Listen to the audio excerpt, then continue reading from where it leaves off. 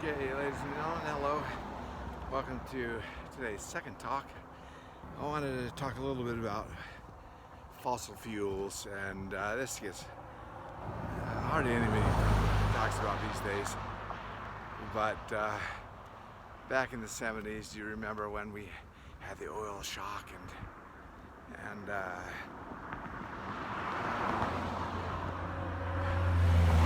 we were just about to pull up the last few barrels of oil, and then there would be no more oil, no more fossil fuels. I want to talk about one of my heroes,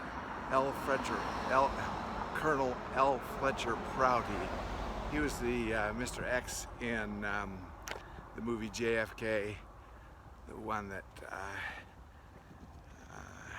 actually it was in the movie. I guess that was a composite character, but he was the guy that worked for the Pentagon, and I've listened to almost all of his videos you can see on YouTube. They're fantastic.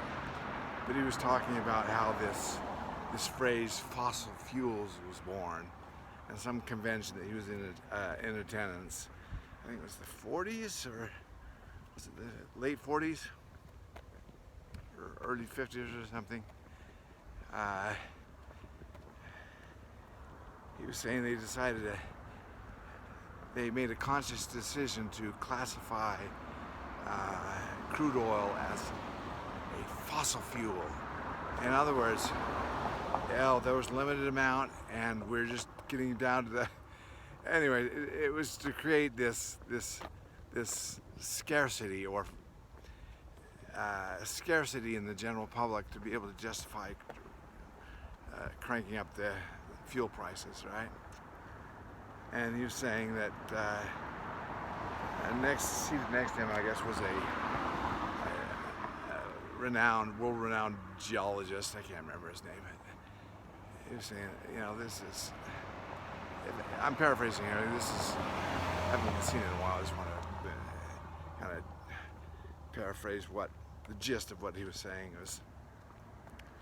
That this phrase, fossil fuel, was manufactured to give that sense of scarcity. And he says, as an example, oil is drilled well below any fossil line, right? There's no bones. It's not dinosaur bones that are creating this fossil fuel. He said that it's the second most plentiful liquid on Earth, next to water. But if you tell people that, it's hard to justify cranking up the price, right? So he said they created this sense of scarcity. He said, now, darn it, we're gonna, after these last few 100,000 barrels of crude oil, we're not gonna have any more. But he's saying that, and they class it a fossil fuel because it's,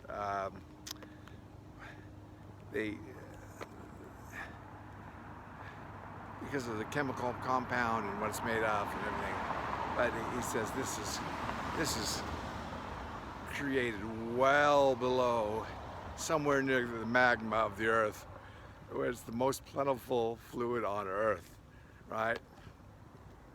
And he talks about this world convention where this phrase was coined, fossil fuel. And here we are now at around, what, $4.25, $4.30 a gallon. It is absolutely nuts. And then we have this and pushing on us these battery cars that just make no sense to me. One thing is, first of all, the charging stations and the time for charging, and then the weight of these car batteries and the weight of these electric cars. They are too heavy for these parking garages, and we're going to have to limit the number of electric cars that could be parked in these parking garages because they weren't designed to hold this weight of the electric cars. And then the batteries themselves, the manufacturing process of the batteries is anything but environmentally friendly. But once again, we are being duped. I love it what Vivek Ramaswamy said. He talked about the global warming being the biggest hoax ever perpetrated on the American or the people of the world. This notion that I mean, cars of today, I mean, near zero emissions, right? These they've refined the combustion engine so much that almost no emissions, but yet we are made to believe that electric cars are the answer. Yeah, yeah. In emergency, hop in your car and try to get away from.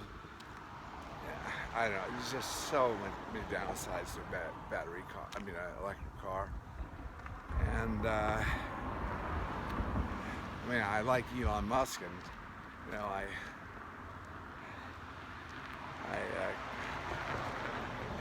commend him for trying to tackle problems, but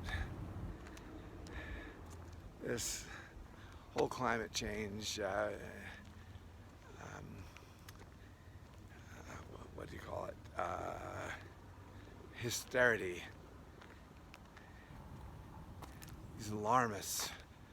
Oh my heavens. And then did you see recently on YouTube these climate change nuts that are trying to block traffic? And I thought it was a great video. This big old pickup truck said, okay, you have it your way. He turned around his car, put the exhaust pipe on the side that these protesters were, and revved his engine, and all this loud noise and exhaust and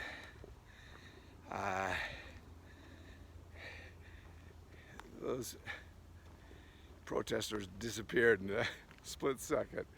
And then one police officer, I don't know what it is, it was so great, just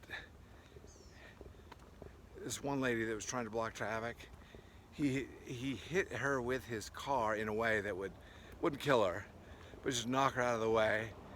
And it was so satisfying to watch. These kids, they're taught this in their schools, you know. They're woke schools. We'll get higher learning. Learn what's really up. Learn about how the economy works or not. Anyways, it was just on every front we were being just fed a line of bullcrap. And now we have a plandemic 2.0 on its way, and they're going to ramp up the masks again, ramp up the boosters, ramp up this, ramp up that, and I mean, how many more young people are going to die of sudden adult death syndrome? I've got a feed on the called "died suddenly" or something, hashtag "died suddenly" on Twitter, that just on a daily basis, photo and video after video of young person, perfectly healthy, just drops either dead or just collapses, and maybe doesn't die, but has some form of blood clot.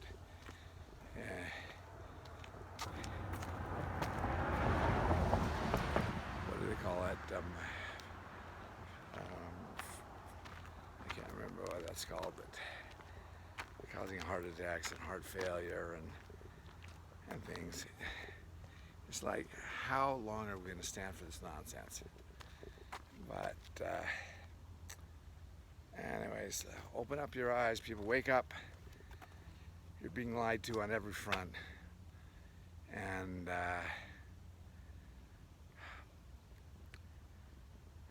it is sad. But thank you very much. Thank you for watching. Bye-bye.